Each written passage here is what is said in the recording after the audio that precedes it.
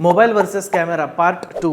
पहिल्या व्हिडिओमध्ये आपण सेन्सर साईज बद्दल माहिती घेतली. आता आपण बघणार आहोत की मोबाईल आणि कॅमेरामध्ये लेन्सेसचे काय ऑप्शन असतात. मोबाईलमध्ये जर बघितलं तर कॅमेराचे लेन्सेस फिक्स असतात, ते तुम्हाला बदलता येत नाहीत. जसं की माझ्याकडे हा फोन आहे ज्यामध्ये 3 लेन्सेस आहेत.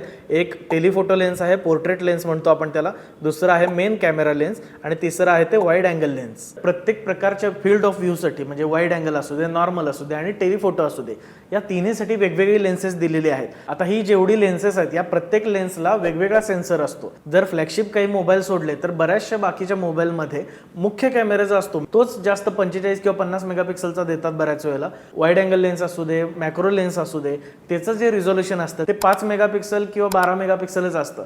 याच्या उलट कॅमेरामध्ये लेन्ससाठी तुम्हाला एकच स्लॉट मिळतो ज्यामध्ये तुम्ही वाईड अँगल लेन्स लावू शकता, स्टँडर्ड लेन्स लावू शकता किंवा मग टेलिफोटो लेन्स लावू शकता. सेन्सर एकच असतो जो हाय रिझोल्युशनचा असतो. त्यामुळे कॅमेरामध्ये आपल्याला फायदा काय मिळतो की कुठलंही फील्ड ऑफ व्ह्यू तुमचा असू दे तुम्हाला रिझोल्युशन सेमच मिळतं, क्लॅरिटी जास्त मिळते, बॅकग्राऊंड ब्लर जास्त मिळतो. या सगळ्या गोष्टींचा विचार केला तर लेन्सेस या कॅटेगरीमध्ये सुद्धा कॅमेरा जिंकतो.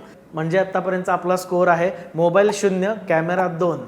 आता तिसरा मुद्दा आपण पुढच्या व्हिडिओमध्ये घेणार आहोत. त्यासाठी लाईक, शेअर आणि फॉलो करायला विसरू नका. जय श्री पिक्सेल प्रसन्न.